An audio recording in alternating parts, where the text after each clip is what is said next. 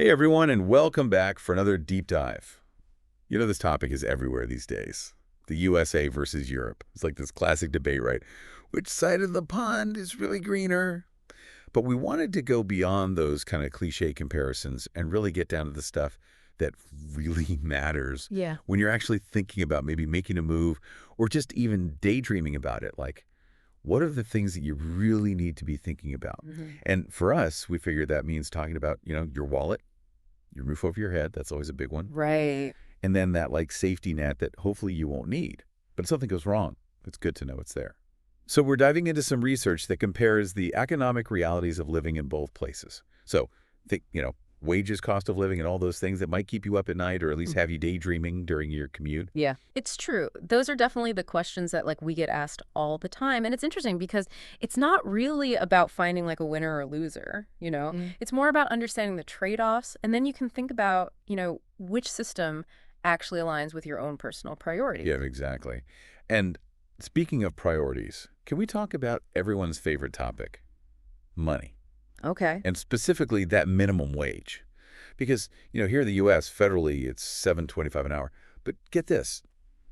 Our sources point out that over in Luxembourg, we're talking about a minimum wage of over $2,600 a Yeah. month. Yeah.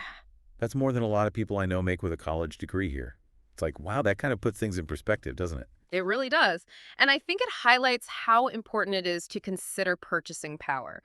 Because, while that $2,600 in Luxembourg might sound unbelievable to someone who's earning the US minimum wage, you have to think about the costs of goods and services in Luxembourg are also higher. So it's not really about just the number itself. You have to think about what can you actually buy with that money in each place. That's such a good point. And, while we're talking about the U.S., one thing that really surprised me was just how much variation there is from state to state. Like, for instance, in California right now, the minimum wage is $15.50 an hour, which, okay, that's not Luxembourg, but it's still almost double the federal minimum, Mm-hmm. which you definitely feel in your wallet.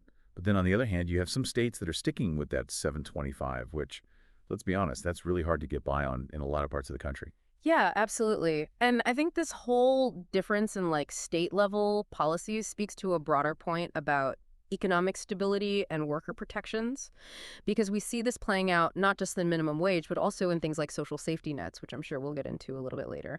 Yeah, definitely. Okay, so we've talked about earning money, but now let's be real for a second. A huge chunk of that paycheck usually goes right back out the door to rent or a mortgage. Hmm.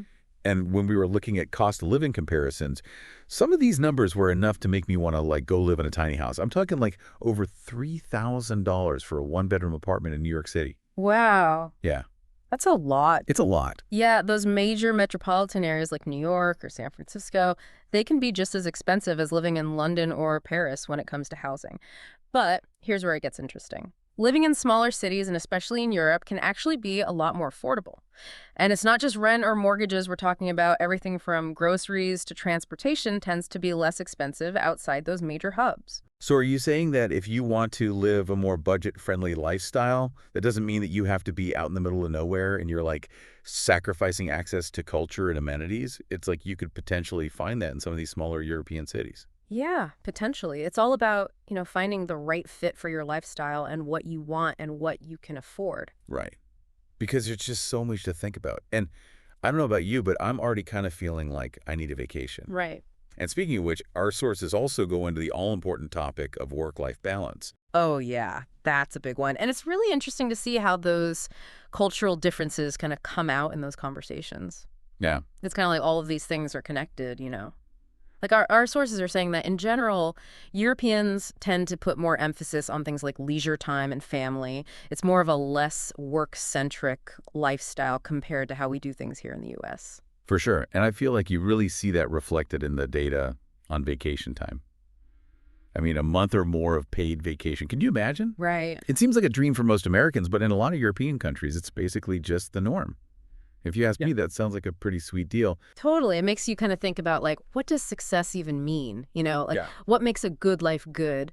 Because the sources were pointing out that in the US, there's a huge emphasis on individual achievement, right? Like ambition, and it often comes down to your career and how much money you make. Yeah. And it's interesting because then you look at Europe and it seems like there's more emphasis on things like community and well-being and just those simpler pleasures in life. Hmm. I mean, I'm not saying one is necessarily better than the other, but it's definitely something to consider when you're thinking about your overall quality of life. For sure, it all ties into this idea of social safety nets, which we touched on a bit earlier. Oh, right, because that's huge for peace of mind. And the research was pretty clear on this one. Europe, especially those northern and western countries, they're really giving the U.S. a run for its money when it comes to those safety nets. It's true. We're talking about things like healthcare being free or at least very affordable in a lot of European countries. And then there's generous unemployment benefits, affordable education. All those things that can really make a difference when something goes wrong. Yeah, I was reading about how in some of these countries, people don't even hesitate to go to the doctor when they need to because they're not worried about getting slammed with a huge bill. Like that kind of peace of mind has to be priceless. It really does. And I think what's important to remember from the sources is that these aren't just like little Band-Aid solutions. These social programs are really comprehensive, especially in those Northern and Western European countries. They've really put a lot of thought and resources into creating a system that supports people throughout their lives. It's pretty amazing when you think about it. Okay, so we've got, potentially more affordable housing, some job security, healthcare. It's starting to sound like Europe is winning this whole comparison thing. But I'm guessing all this good stuff doesn't come cheap, right? Well, yeah, that's the trade-off, isn't it? All Yeah. these social safety nets, they come at a cost, and in this case, it's taxes. And in a lot of European countries, those taxes are a lot higher than what you'd see here in the U.S. Right. I feel like that's the big debate that never goes away. Yeah. Are you willing to pay more in taxes if it means more support from your government and maybe just a bit more peace of mind? It's a tough question, and I think it's something that everyone has to answer for themselves. It all boils down to your priorities and what matters most to you personally. It's true. It really makes you think Right. about what you value as a society. Hmm. I mean, are you more about investing in these public services and supporting each other? Or is it more about that individual responsibility thing that we see a lot here in the U.S.? Yeah, it's a really different way of looking at things, and it definitely comes through in those sources. But even with those higher taxes, it's not like the U.S. is totally out of the game. Like our sources pointed out that the U.S. still has some big advantages when it comes to those high-paying jobs. Okay. Which ones are we talking about? We'll think like tech, finance, entertainment. Mm. Those industries where the salaries can get really up there, especially if you're climbing to the top of the ladder. Right. Like, if your main goal is to make as much money as possible, it sounds like the U.S. might still be the place to be, at least for certain careers. That seems to be the case based on the research. But, and this is important, those high salaries usually come with a trade-off too. Okay, I'm sensing a theme here. What's the catch this time? Well, it goes back to that work-life balance we were talking about before. The American work culture, it can be really intense, long hours, constant pressure to perform. So it's like we're back to this question of priorities again. Do you want to potentially earn a ton of money, even if it means giving up your free time and maybe even some of your personal life? Or does that more balanced lifestyle with those safety nets to fall back on sound better, even if it means you might not earn as much overall? That's the million-dollar question, isn't it? And there's no right or wrong answer. It all comes down to you and what you value. I love that we keep coming back to that because it's so true. It's like this whole comparison. It's not about saying one place is better than the other. It's about understanding what makes each place unique, what those trade-offs are, and then figuring out which environment really fits with what you want out of life. Exactly. They both have their own pros and cons. It's all about finding the right fit for you. So for anyone listening who's maybe got that travel bug now or is even just thinking differently about their priorities here at home, just remember, this is just the tip of the iceberg. Totally. Do your own research, talk to people who've actually lived in both places.